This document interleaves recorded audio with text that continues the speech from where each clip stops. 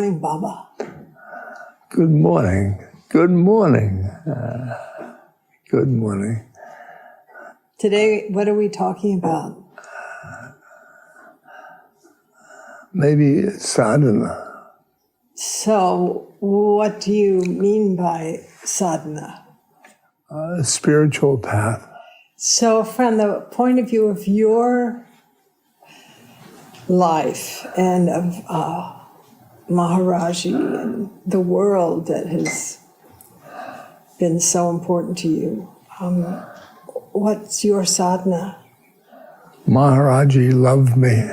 He loved me in such a profound way.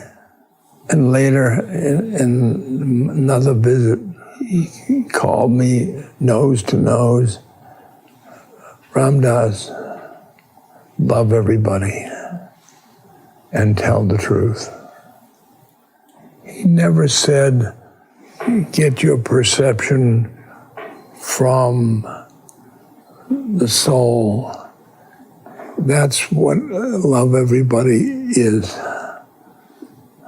And he got me into my soul, my spiritual self, and what I can do for others is I can reflect their love and their soul.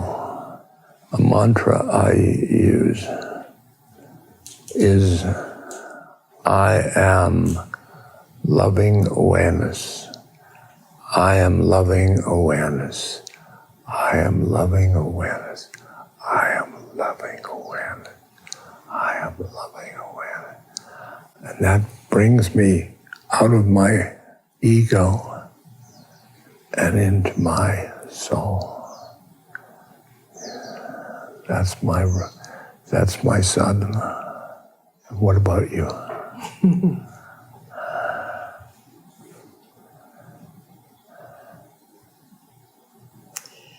I think my path is in the world. In the world. In the world, yeah. It's how do I live in the question of actualizing the way, the path in everyday life, and everyday life is service. Like that. Uh-huh. I differentiate material life and spiritual life. You don't do that. No. No. Everything is holy. holy. Mm-hmm. Holy. So every moment, no matter how difficult or how complicated the person is, provides this opportunity to go through a dharma door, a kind of truth door. That's like moment to moment. Moment to moment. So what I do in my sadhana is disregard the thoughts of the past and the future. Mm-hmm. And we get into the present. So my own approach, which reflects that, but it's also to recognize the past and the future are in the present moment as well. And I'm talking about past and future as totally immersed. Good. There's a happy neuron.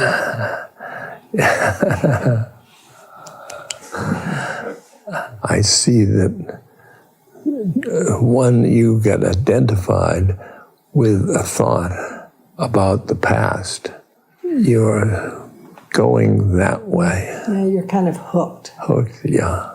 A woman we know, a very loving woman, and had a very loving relationship with her husband. I said to her, the past is the past. And now, because her husband had died, and I said, it'd be very seductive, keep going, the love, stay in the present. And then she called me about 2 weeks later, and she said, he's contacting me from where he is at, and am I to deal with that as the present, or should I deal with it as the past? Present, even though it may be seductive into the past, deal with it as the present. Wonderful. Yeah, I think grief is humanizing. Yeah. Yes. And it can also be dehumanizing and debilitating. If we just stay in the past. Yeah. But I think, all the ancestors are here. Maharaji's here. And Jesus is here. Buddha's here. Your mother is here. So, the present is full. It's like this incredible richness. Yeah.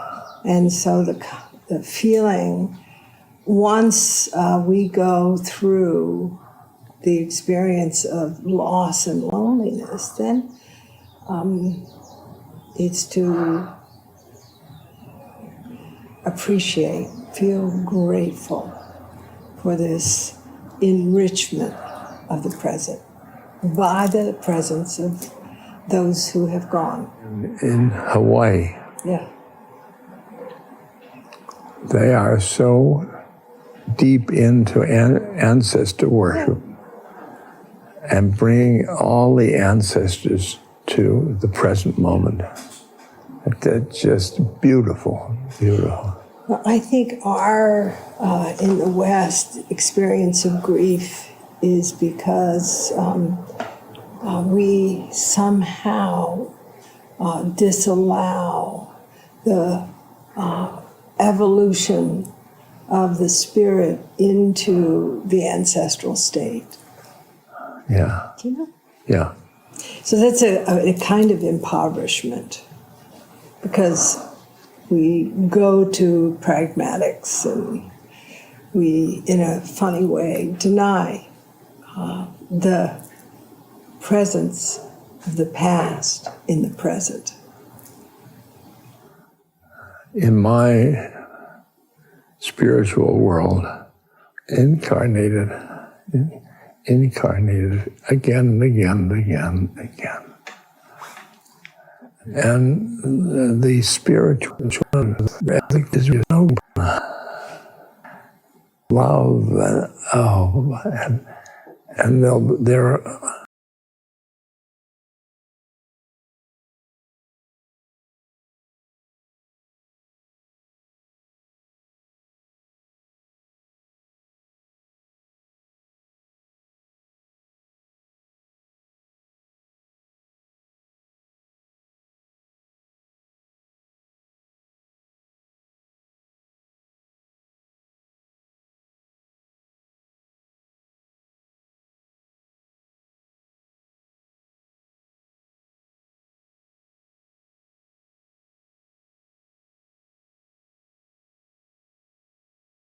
finished with time and space, and they are so free.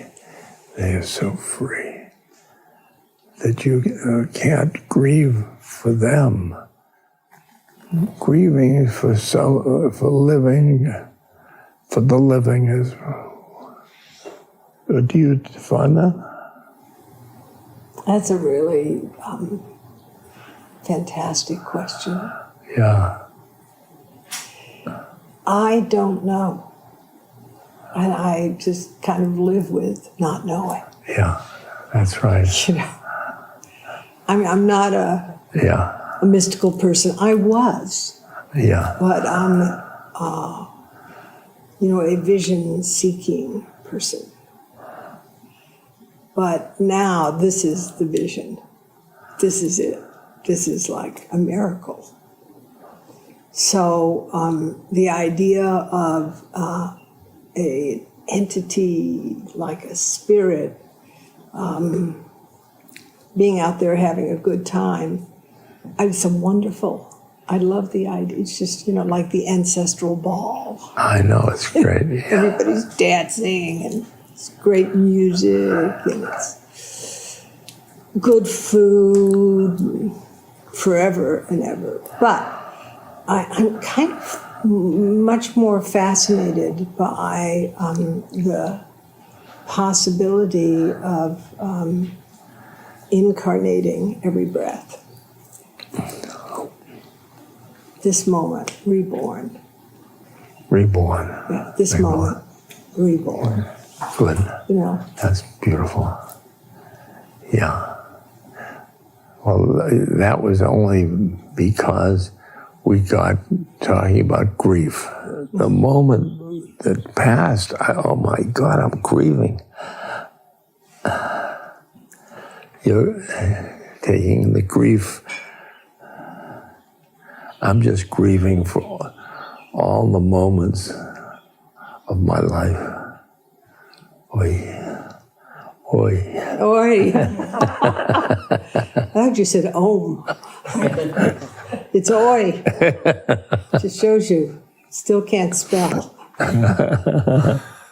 So for back to sadhana,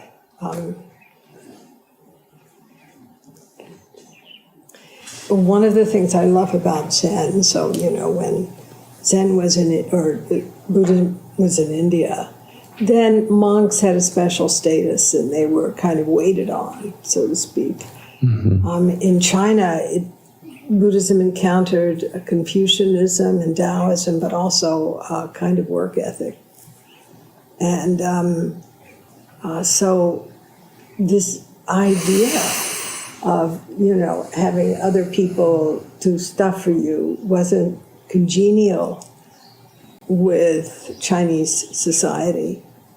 And so this notion of actually using everyday activity as a vehicle for practice, for sadhana, for awakening. Then this took on another dimension with the Mahayana vision, and that was the vision of the Bodhisattva. How do you choose not to get off the wheel and join the happy ancestors, so to speak, but you cultivate a quality of awakening in this life so that at the moment of death, you can actually choose to come back in an even more auspicious birth so you can serve more. And I like that particular narrative. You're saying that an incarnation, a life, you learn about compassion.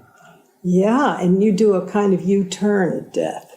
Yeah. Instead of going down the highway out straight, you do a U-turn and you come back. Oh. Nice, huh? No. Well, it's a matter of opinion. It's just another idea. It's another narrative. It's, Bernie, our friend, Glassman. Yeah. He says, it's just my opinion. Yeah. That's my opinion. So it's I like that opinion. It's a great opinion. But it's just one opinion. Do you think all sadhana should be based on opinion? Oh, I think all sadhana is based on opinion. Yeah. I don't think it should be. I think it is.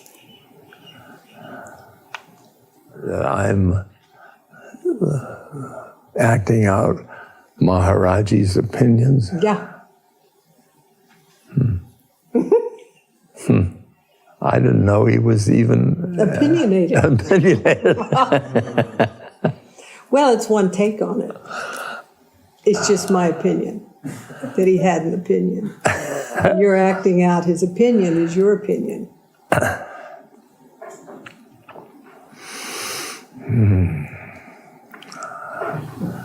But what I love about that perspective is it makes everything so fluid. You know, you want to have facts, or you want to have, you know, the absolutely committed realization of a great master, of a enlightened being. And here you realize it's all kind of groundless. You know, there's nothing you can rely on. You know, all your security blankets, I'm sorry, this is just my opinion, get sort of taken away. They go into, you know, a yard sale. Opinions. We're living in opinions. In an absolute plethora of opinions. Yeah, I know it. In fact, each person has Loaded. loaded. Loaded. Oh boy.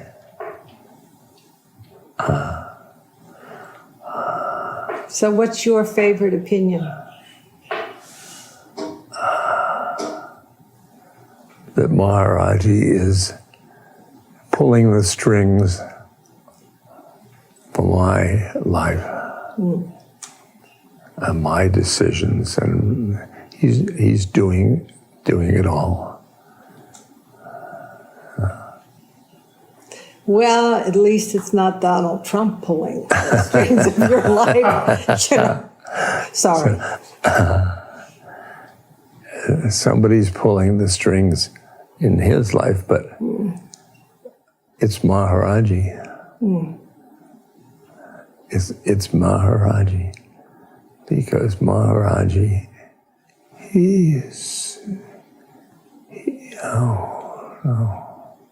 I can't go. It's too dark.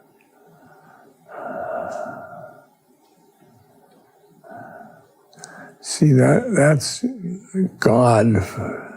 God talk is my talk, and you don't have God talk, so I can't talk to you.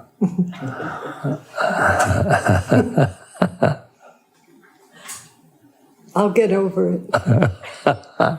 No, I will get over it. Then why did you propose marriage to me day before yesterday if you can't talk to me? Well, it just spices my life. Okay. It obviously spices my life too.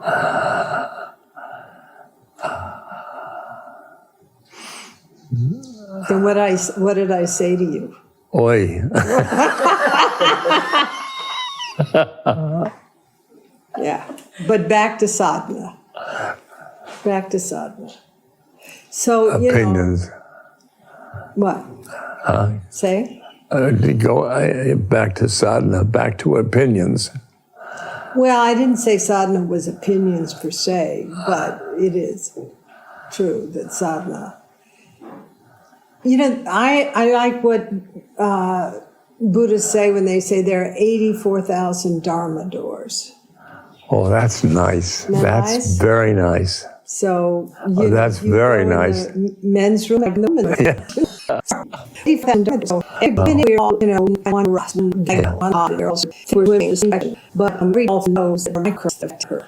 You were this and so you were presence. And no life was so I said so I drugs have rolled and that means our are going to wake up. To this Be here now. But don't you have stuff like enlightenment or things like that?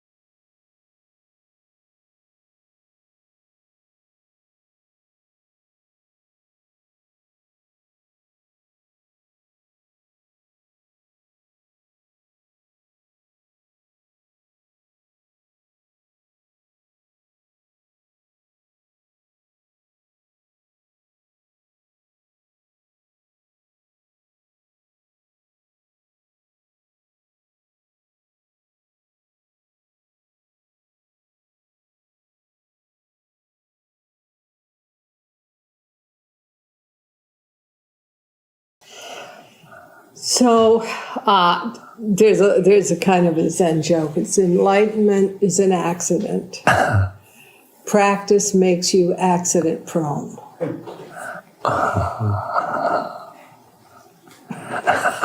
Okay.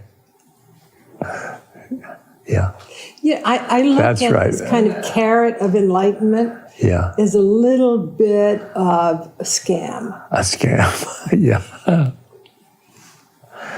Yeah. That it's, it's an inducement. Yeah. Yeah. And Dogen, in a way, Zen Master Dogen from the 1300s, his vision is that we're all fundamentally enlightened. And it's just this, in a certain way, it's to recognize who we really are, which is, what you're saying. Maybe it was Ram Dogen. I'm making a bad joke, forgive me. Instead of Ram Dass, Ram Dogen. No, DASS is service.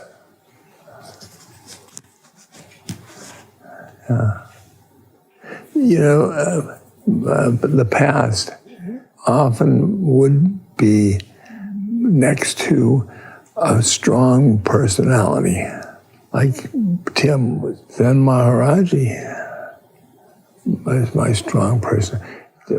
My karma that way has been my anticipated my sadhana, because my sadhana is to go towards God in the way by Guru Kripa. It means a Guru's grace. Guru's grace. I'm waiting for Guru's grace in my whole life.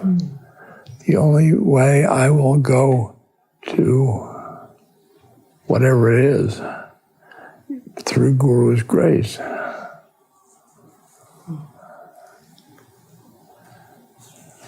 And so many people look to you for the grace that you're looking.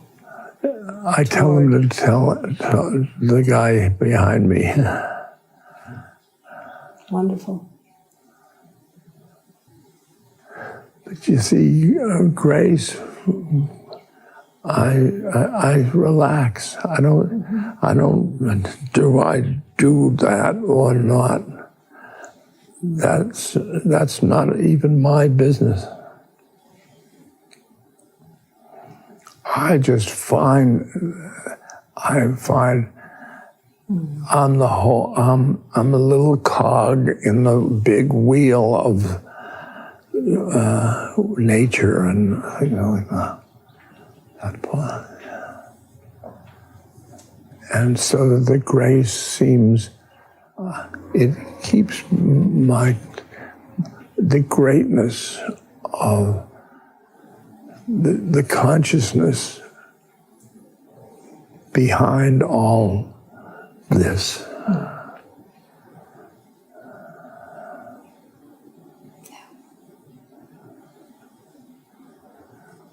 Do you, I know you don't, you. Say. Do you believe now, is there consciousness out of this,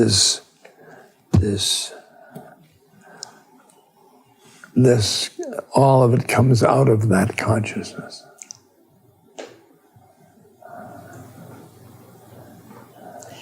So I'd love to hear what you mean by the word consciousness.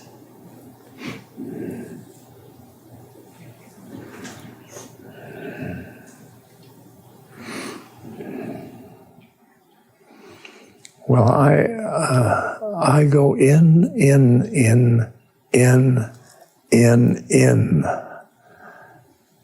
place that I go into, there's that consciousness.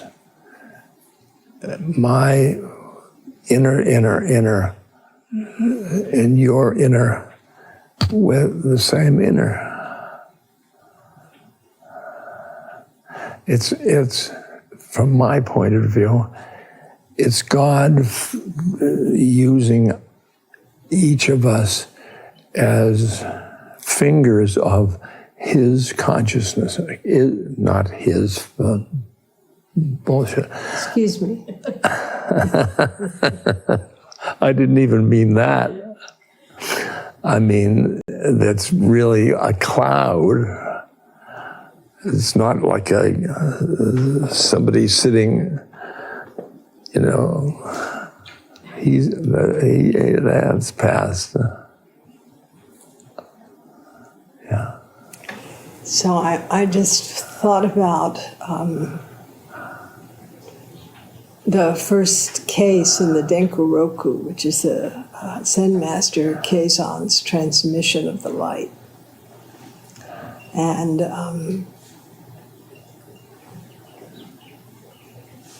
the Buddha is sitting under the bo tree, and he awakens on seeing the morning star, on seeing Venus.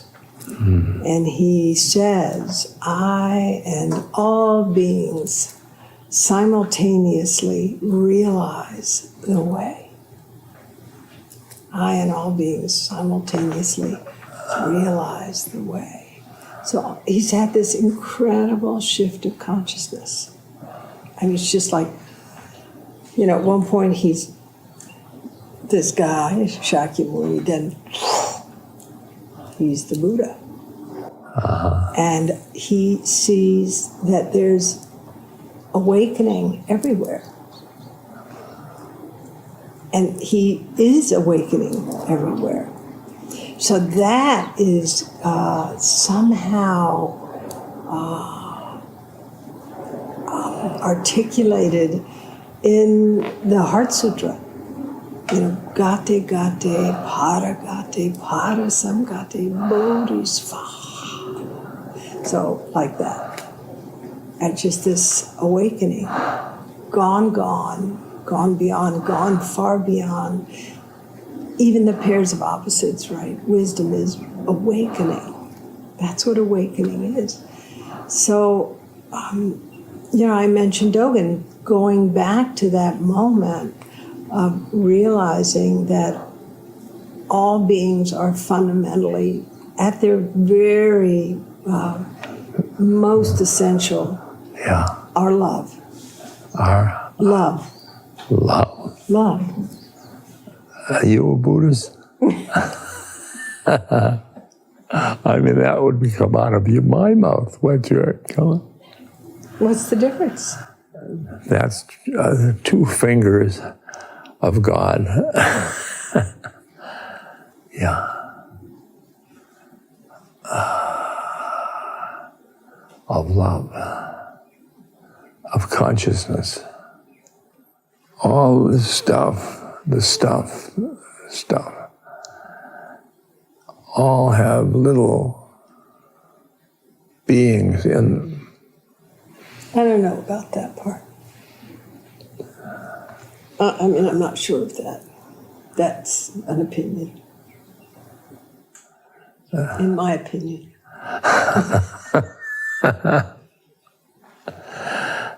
Okay.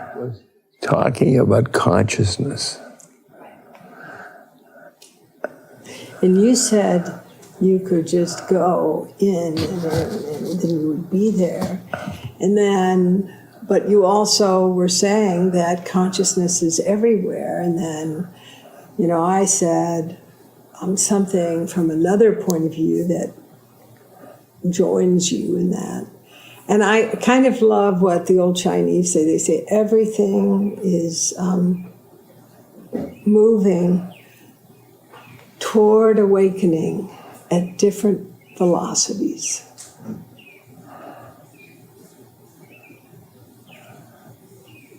Yeah. Yeah.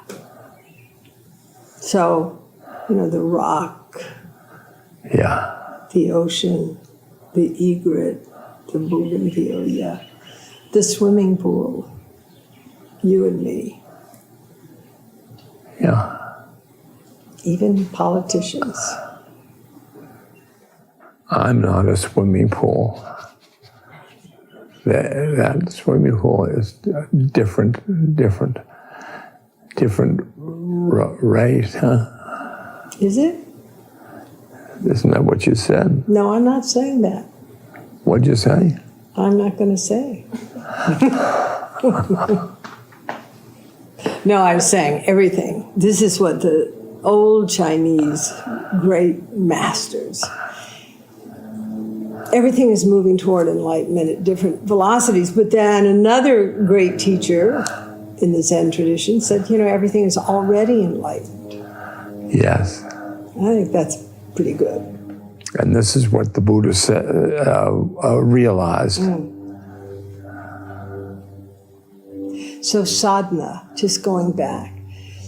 Sadhana, you say, means it's the path that we take. And in my own practice, it is how to live in that question of awakening in everyday life.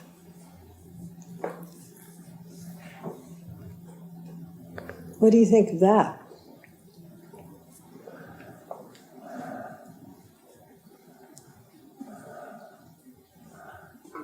That's the consciousness. Yeah. I mean, for me, Ram Dass, it's not any different than saying loving in everyday life. It's being in this non-dual state. Or when you're not, understanding it as some kind of play of the mind that has this sort of cast of suffering, but what an interesting thing. What an interesting thing. You say you're always moving toward the light, and I, being a contrarian, I said to myself, what draws me is the light, but it's also going to where there's suffering. Oh, yeah. Your compassion. That's you go round and round and round. Before You're these hand to outcome to be yeah.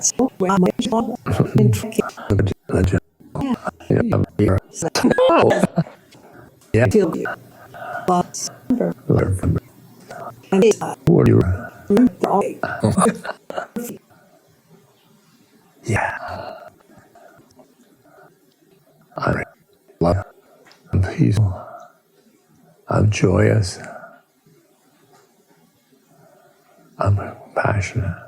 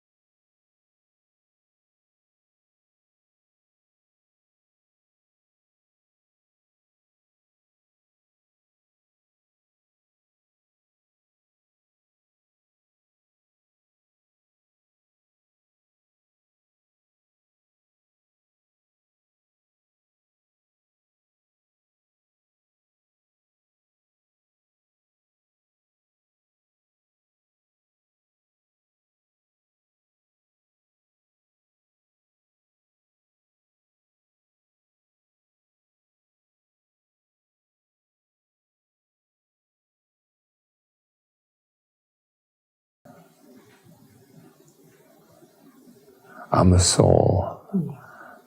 That's what it means to be a soul.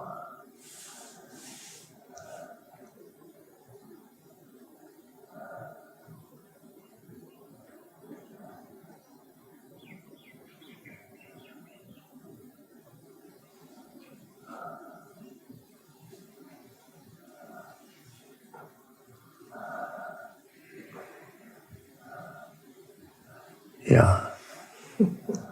Yeah. Thank you, Baba. Thank you. That was fun.